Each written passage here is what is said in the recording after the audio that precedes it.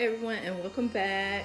So last week I did not make any trades, but this is the time where you need to be prepared, because this is where the charts will catch people sleeping and they will miss out on a run if it does happen, if it were to happen.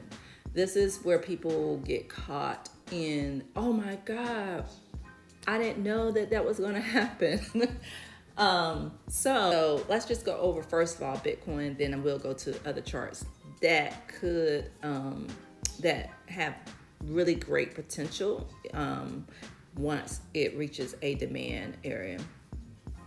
So first, let's look at Bitcoin. I'm looking at the 4-hour chart, and the last video I had, I said that this was a rejection area, and actually it basically rejected, right? It came out and tried to retest it. And so now I'm looking at this area in green, which is from the time it made its run from down here to up here. It's at the 23% level. I don't know if this is going to make it bounce or not.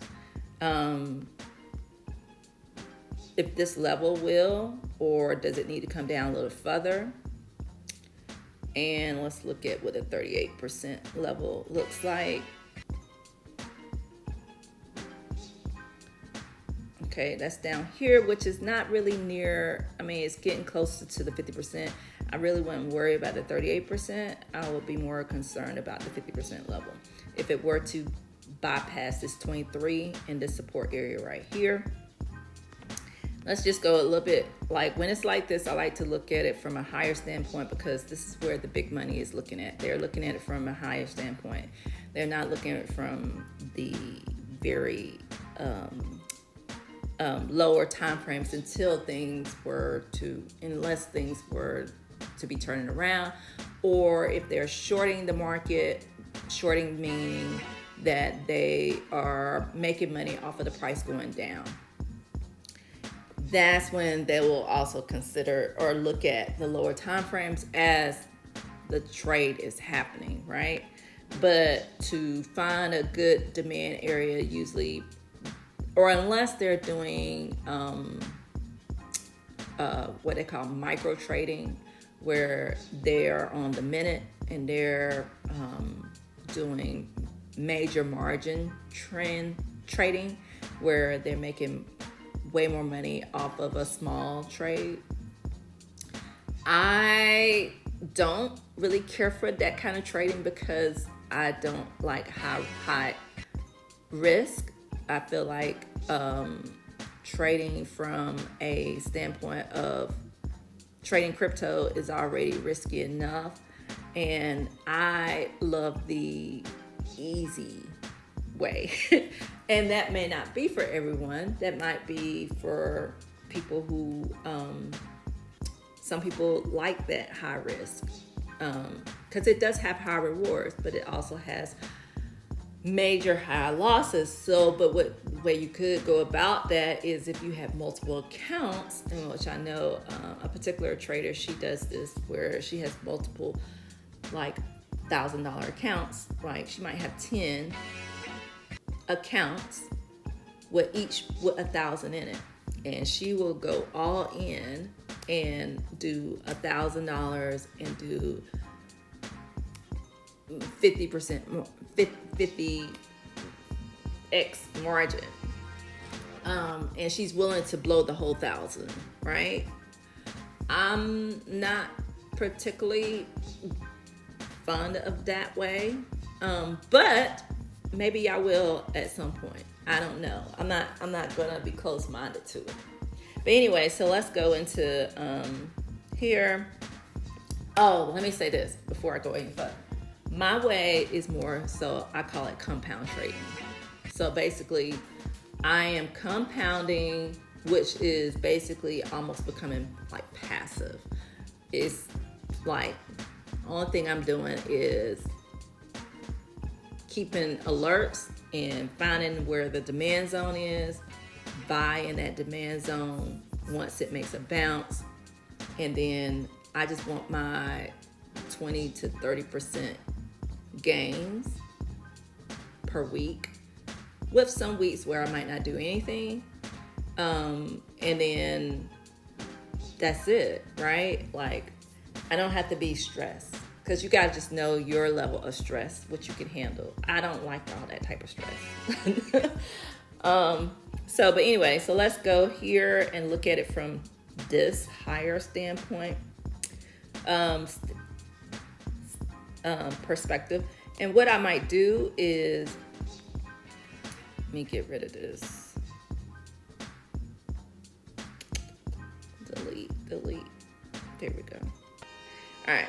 What I might do is look at, like, I used to have a trend line. I don't know why I don't have it, but I need to add this bottom trend line to see if this price is trying to make it to that bottom trend line. So let's go here. I'm doing fib. And I use parallel channels for trend lines.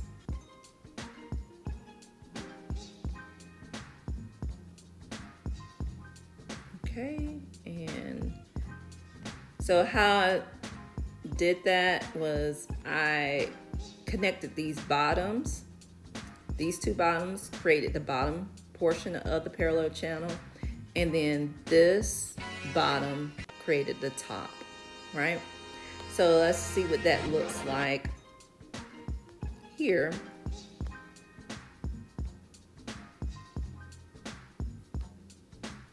So me, myself, I would not be surprised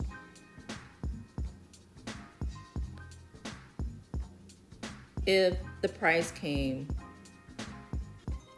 below 92,000. Not saying that that's what is going to happen, but it wouldn't surprise me, right? So what would let me know that is, someone could have started their short right here, right? Because let's see, if you were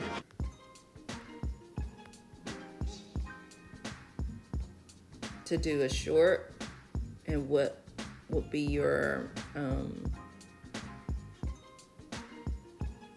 stop.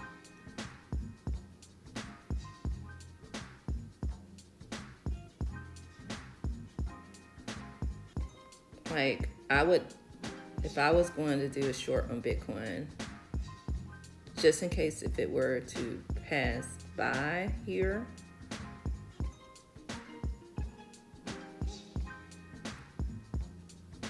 if I believe that it's shorting, I mean, if it's going to go lower,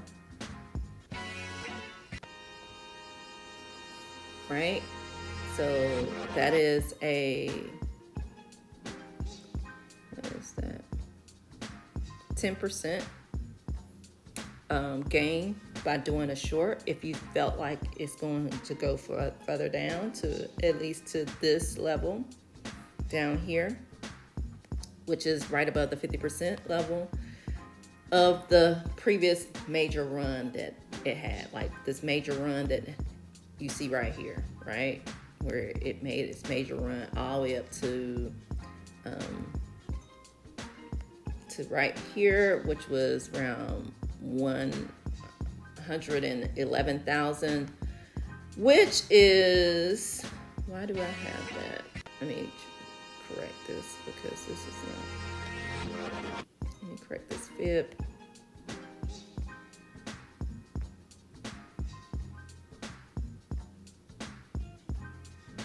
Which is a little bit above these highs right here, which makes me wonder, did they liquidate?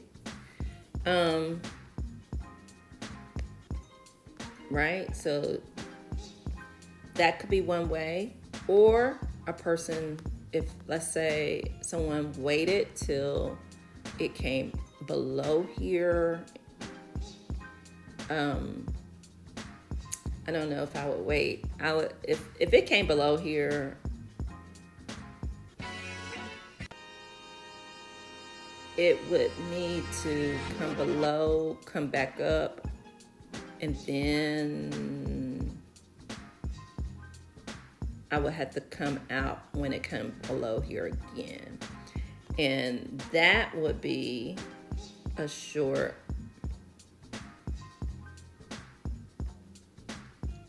But that's where you could get in trouble of not knowing where to put your stop, right? So if I'm not going to do I would either go ahead and do a short now if I were going about it that way, and have this candle right here to be my stop, or a little bit above there.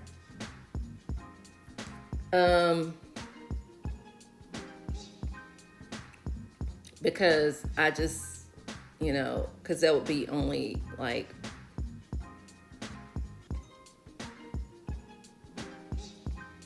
almost 2%. That wouldn't be too bad. But yeah, other than that, if I was thinking about doing a short, I would be doing it like now. I would not wait, because it basically went up, came back down, tried to retest, and I don't know, it could come out of here. But if I was thinking about shorting, I would get in it now and use that gap, that small gap between here, where is that the price is at now, and this highest candle.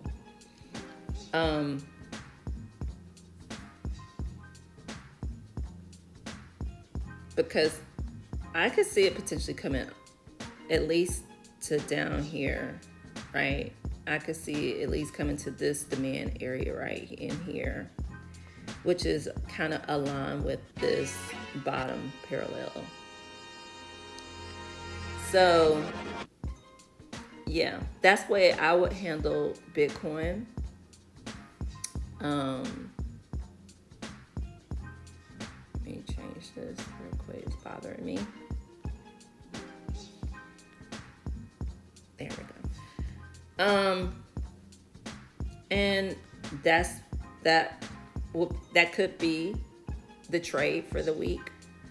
I'm not shorting quite yet, because I do Coinbase, and I would rather just wait it out. It depends on which way you want to go with it. If you want to go with shorting, then I don't really typically short. That's why I am not going to short. But if I were, I would be shorting right now and take my risk on the short right now, and then let it, and then turn around and, come out a little bit above here. So I probably would wait, come like a little bit above this demand zone, and then get my 10 to 9%, which I think on Coinbase is like maybe 2 to 3x, which some people be like, why not? Right? Like, you could even take a little portion of the money and do that. That might be an idea. You don't have to use all of it. I could use a portion of it and do a short and see if that happens. Or it could be trying to make his last little run before it comes back down. It could be doing that. So that's why I'm not going to short. But if I were, I would take a little risk on that. But I'm not feeling good about it either way. So when I don't feel good, I just wait it out. I'm so comfortable with doing long trades. That's probably one of the main reasons. So, but if you're very comfortable doing shorts, then That would be the risk I would take. And it will only be what, less than 2% risk if you're okay with that. So that is for Bitcoin. So let's go to I did want to check out Art Block because it's been going down for a while. I'm wondering if it's ready for a breakout. Like it made us run up here. I want to see what it does.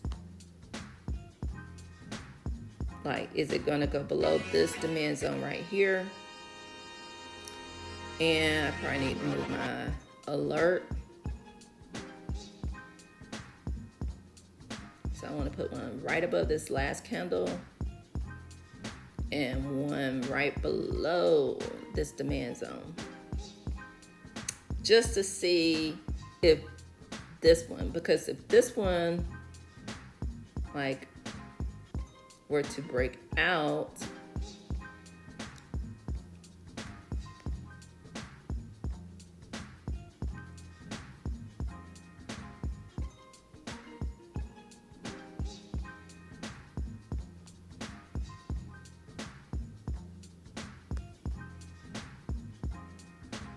like if it were to hit this demand zone, let me put it in shade.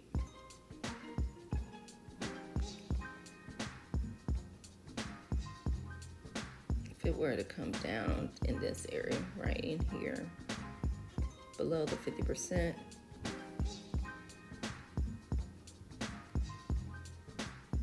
all the way up to 50%, it's 87% gain. I am definitely keeping a check on this one. And I'm hoping that this bad boy can come down to here, because it leave me a bigger gap, right? And this 50% is coming from where? Yeah, from this, it's coming from this high to down to here. And in between, from the 50% area to this next 50%, we're looking at 87%. Now, if it can bypass there and make it, dang, even all the way, if it were to come up to 78, wow, yes, Art Block is definitely something I'm paying attention to. Some of the other ones that I typically, of course, bunk because of, I need to plug my thing up. All right. So let me just clear this so I can see. So this retracement is coming from this bottom candle to all the way up here, 50%. Has not made it to the 50%. No, don't know if it is going to, but I want to see it come a little bit lower, if possible. Let me get rid of this and this. And I'll change this back to gray because it did not. Yeah, I want to see it come to this area if possible. So I want to put an alert below here, below this demand zone right here. And I'll move this one above this last candle. For bunk, so let's just kind of zoom out. Seems like bunk has, for the chart, has just consolidated. Like, it's just like a consolidation chart.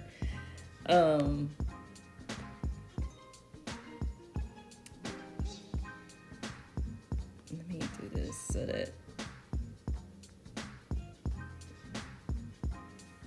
I can see. And I can actually get rid of this.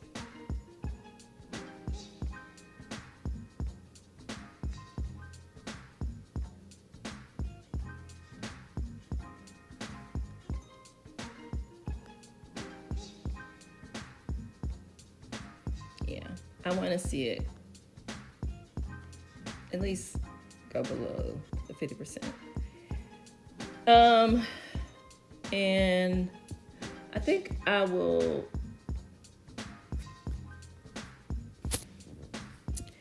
only other XLM and XRP, I will check them out. And I think that will be it.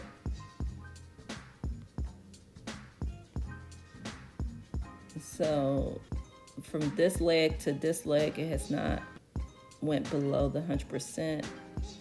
I'm waiting to see if it will bend it. It could not make it above the 50% level when it came down. So I'm suspecting, not saying that it will automatically, that it will go below this 100% level and probably make its way down to here, maybe. Or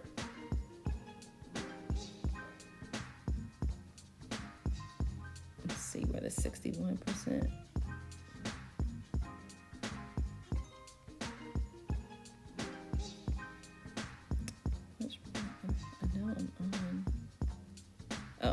I know what I'm thinking. There we go. At least below, I think it's going to go at least below this 127% and hit around this 50% from this bigger retracement. So that is pretty much it. And if it can make it to here, it's like what the potential.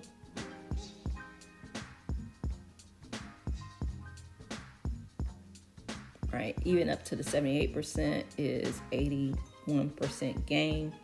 I always said, like I said, yes, I think XRP for long term as far as, investing, but XLM is definitely the trading. It's definitely the higher profit trading game.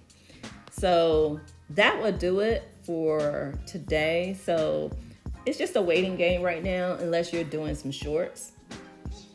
And be very strategic about your short. The higher you go, what I mean by the higher you go, like for instance, Bitcoin. When it first came out of this trend, that was the time. Once it came out, tried to retest, and then it couldn't make a higher high, that's the moment to short. When you start waiting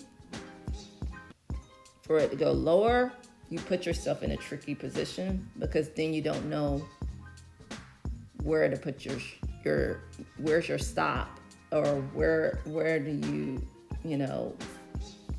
basically like you put yourself in this tricky position.